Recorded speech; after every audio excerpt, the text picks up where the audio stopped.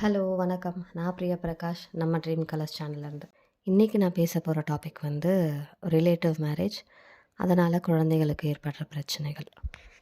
நம்ம வீட்டு பெரியவங்க சொந்தம் விட்டு போயிடக்கூடாதுன்னு சொந்தத்துக்குள்ளேயே கல்யாணம் பண்ணி கொடுத்துருவாங்க. அதனால் பாதிக்கப்படுறது என்னவோ கல்யாணம் பண்ண பொண்ணு, பையன், அவங்களுக்கு பிறக்கிற குழந்தைங்க, அதுக்கப்புறம் வர ஜென்ரேஷன் தான். என்ன பெருசாக பாதிக்கப்பட்டுருவாங்க அப்படின்னு நினைக்கிறீங்களா? அந்த குழந்தைங்களுக்கு கண்ணு தெரியாது, காது கேட்காது, மூளை வளர்ச்சி குறைபாடு, உடல் ஊனம், இது மட்டும் இல்லாமல் இன்டர்னல் ஆர்கன்ஸ்லேயும் பாதிப்பு வரும். இதில் ஏதாவது ஒரு பிரச்சனைகளில் குழந்தை பாதிக்கப்படுறாங்க. அது ரொம்ப கஷ்டங்க.